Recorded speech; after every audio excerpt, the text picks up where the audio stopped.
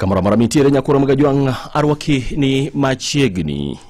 Oganda jo Kenya gi thuolo masani koro rito mana seche kata kwano mana seche motelo ne chenro mara pedho e nyim od bura budget mara gana 2025 gana 2026 mibiro som kod jatend migao mar omenda John Mbadi. Budget no mabende romo shillings trillion 4.2 igeno ni en mano mabiro miyo oganda jo Kenya geno chutho kaluwore kod pek mar ngima manyaka sani bende ikelo kata biro kaluwore kod osuru mijuo oganda jo Kenya. Kata kamano jatend migao mar omenda John Mbadi wacho ni budget ma gana 2025 gana 2026 mabiro somo odiochieng' ma kawuono en mano mani kod fungruok ne oganda jo Kenya ni mar okabijuogi osuru mamoko.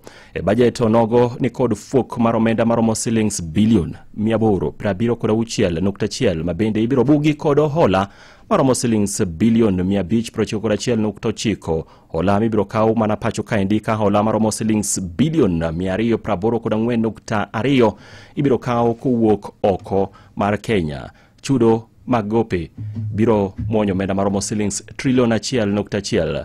Chenro mag sirikal mopogore mano moting'o ma biro mwonyo omenda maromo shillings trillion 1.79 ka bilion 707.8 biro dhi ne chenro mag dongruok. Sekta mar somo en mano mabende oyudo pok mabup maromo omenda maromo shillings bilion 701.1 ka en atamalo 28.1 mar budget onogo magana 2025 gana 2026. Sekta mar teko, tudruok e yor lony manyasani, gedo mag apaya biro yudo omenda maromo shillings bilion 500.7.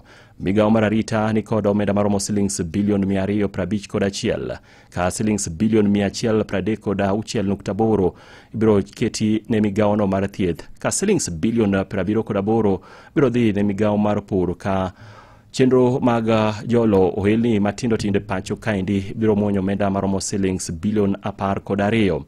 Semagi timore kini ma jatend migao mar omenda John Mbadi wacho ni budget modhi somo thuolo machuok mabiro en mano mabende migao mare osekawo kata okong'awo ageta margi e choko mar osuru ka ipimo kod budget mag hik omenda ma osekalo chien. Mbadi lero ni giseketo pok mar omenda ne chenro mamulo ngima oganda jo Kenya achiel kachiel ka giketo sekta no mar pur, somo kachiel kod thieth kod thieth mag mwandu. Migosi Mbadi bendo luoni kaka achiel kuom yore mag geng'o kuo mag omenda jo piny giseketo kenge makare mopie mara biro neno ni chenro makamano kako moting'o ka chenro mag chiwo rak biro ta e yono ma huyanga kitiyo kod lony manyasani, ka bende gin kod chike mabiro gayo kuo mag omenda jo piny.